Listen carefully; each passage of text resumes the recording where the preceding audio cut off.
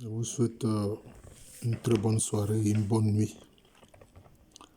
Alors, Paul l'apôtre, Saint Paul l'apôtre, dans le livre adressé aux Galates, chapitre 4, parle de la Jérusalem céleste. Et dans le livre de l'Apocalypse, au chapitre 21, Saint Jean l'évangéliste parle de la Jérusalem d'en haut, qu'il décrit comme une ville cubique, qu'il décrit comme étant le lieu qui accueillera ceux qui auront gardé la foi et qui auront été fidèles au Seigneur, notre Dieu. Or, souvent, il faut qu'on le dise, dans les homélies, dans les prêches, on ne parle pas souvent de la Jérusalem céleste. On ne parle pas souvent de la Jérusalem d'en haut. Qu'est-ce que Paul a dit? Il a dit que la Jérusalem d'en haut est notre mère, est notre maman d'en haut. Cela veut dire que, conformément à la doctrine de l'Église catholique, si la Vierge Marie est aussi notre mère d'en haut, c'est qu'elle est le visage humain de la Jérusalem d'en haut.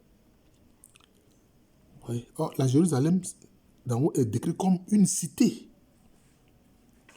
où ceux qui seront fidèles à la foi, ceux qui vont garder la foi, vont vivre l'éternité. Vont vivre l'éternité.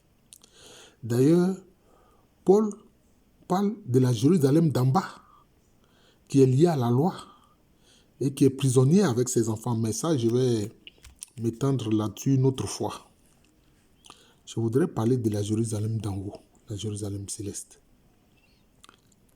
C'est le lieu où ceux qui ont gardé la foi vivent la béatitude, vivent la plénitude de la présence de Dieu.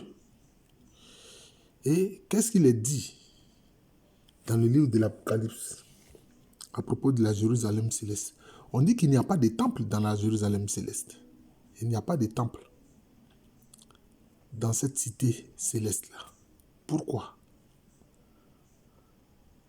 Parce que la Jérusalem céleste est en elle-même un temple. Et qu'est-ce qu'il est dit? Elle est parée comme une épouse pour le Seigneur. Et les âmes sanctifiées y vivent éternellement. C'est comme si alors ils vivent avec qui? Avec le Seigneur et avec leur mère. Et les âmes sanctifiées connaissent alors la béatitude, le bonheur éternel. Alors, ils sont des bienheureux. Ils sont des bienheureux, des âmes bienheureuses. Cela veut dire que nous pouvons, tout comme nous demandons à la Vierge Marie de prier pour nous, tout comme nous demandons aux saints d'intercéder pour nous, nous pouvons demander à la Jérusalem céleste, qui est aussi notre mère, de prier pour nous et d'intercéder pour nous. Quand je regarde notamment nos frères des églises réformées, puisque souvent ils ne demandent pas l'intercession de la Vierge Marie, ils pourraient au moins demander aussi l'intercession de la Jérusalem céleste. Pour qu'il est dit clairement en Galates qu'elle est notre mère d'en haut, la Jérusalem céleste. Ils peuvent demander son intercession. Voilà. Ils peuvent demander son intercession. Et c'est là que sont les âmes sanctifiées. Voilà. Donc c'est important. Je pense que nos frères des églises séparées, notamment ceux qui sont leurs pasteurs ou autres, etc., doivent mettre l'accent sur la Jérusalem d'en haut, la Jérusalem céleste. Voilà. Pour que les frères des églises réformées puissent connaître la spiritualité liée à la Jérusalem céleste. Ah oui, la spiritualité liée à la Jérusalem céleste, c'est fondamental. C'est fondamental. C'est un lieu d'expression des mystères du royaume de Dieu. La Jérusalem céleste est en elle-même tout un mystère du royaume de Dieu. Hein? Vous voyez comment c'est décrit dans le livre de l'Apocalypse, je crois au chapitre 21, où il dit que la Jérusalem céleste est parée comme une fiancée, etc. pour le Seigneur. Voilà, parée comme une fiancée pour le Seigneur. C'est pas facile à comprendre. Comment toute une ville avec une forme cubique paraît comme une belle fiancée pour le Seigneur. Ça fait beaucoup de choses à expliquer.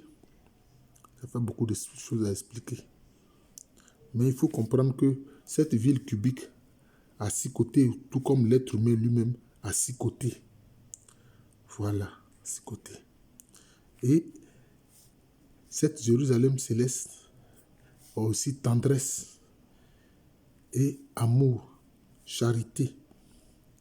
Parce qu'en elle sont les âmes béatifiées, les âmes sanctifiées. Donc elle peut aussi intercéder pour nous, la Jérusalem céleste. Voilà. Ceux qui ne demandent pas l'intercession de la Vierge Marie, ce qui est bien dommage, ils peuvent demander l'intercession de la Jérusalem céleste. Mais je le leur dis, la Jérusalem céleste, il faut savoir que la Vierge Marie est le visage humain de la Jérusalem céleste. Voilà. La Vierge Marie est le visage de la Jérusalem céleste. C'est pour ça qu'il est dit aussi d'elle qu'elle est l'épouse du Saint-Esprit. Quand on parle de l'épouse du Saint-Esprit, les gens ne comprennent pas. Ils pensent que les deux sont allés à la mairie et puis l'un a épousé l'autre. Non. Quand on parle ici d'épouse, on parle d'alliance. C'est lié à l'alliance. Parce que même le mariage, c'est appelé comment? C'est appelé une alliance matrimoniale. C'est une alliance. La Vierge Marie a une alliance avec le Saint-Esprit. Parce qu'elle en a été remplie. Elle a été remplie du Saint-Esprit. Le Saint-Esprit est descendu sur elle. Et le Très-Haut l'a pris sous son ombre. Et Jésus-Christ s'est incarné en elle. C'est ce qu'il faut comprendre. Il s'agit d'alliance. Voilà. Vraiment, moi j'invite chacun à méditer sur la Jérusalem céleste. D'ailleurs, nous voyons bien que la Kaaba des musulmans, c'est un cube. Oh, la Jérusalem céleste, elle est décrite dans le livre de l'Apocalypse. C'est un cube. C'est une ville cubique. Donc vous comprenez. Donc certains mystères ou certains symboles, le symbolisme peut se retrouver, les mêmes symbolismes se retrouvent ici, aussi bien dans le cas de la Kaaba des musulmans que de la Jérusalem céleste dont on parle, la lettre aux Galates de Paul et puis l'Apocalypse de Jean, notamment au chapitre 21. Voilà, c'est cela. Mais il faut savoir que même dans les traditions musulmanes, elles aussi parlent d'une Kaaba céleste qu'ils appellent Bayt al-Mamour, qui est de lumière. Vous comprenez? Tout ça, c'est lié au symbolisme dans la spiritualité. Demandons l'intercession de la Jérusalem céleste, notre mère d'en haut.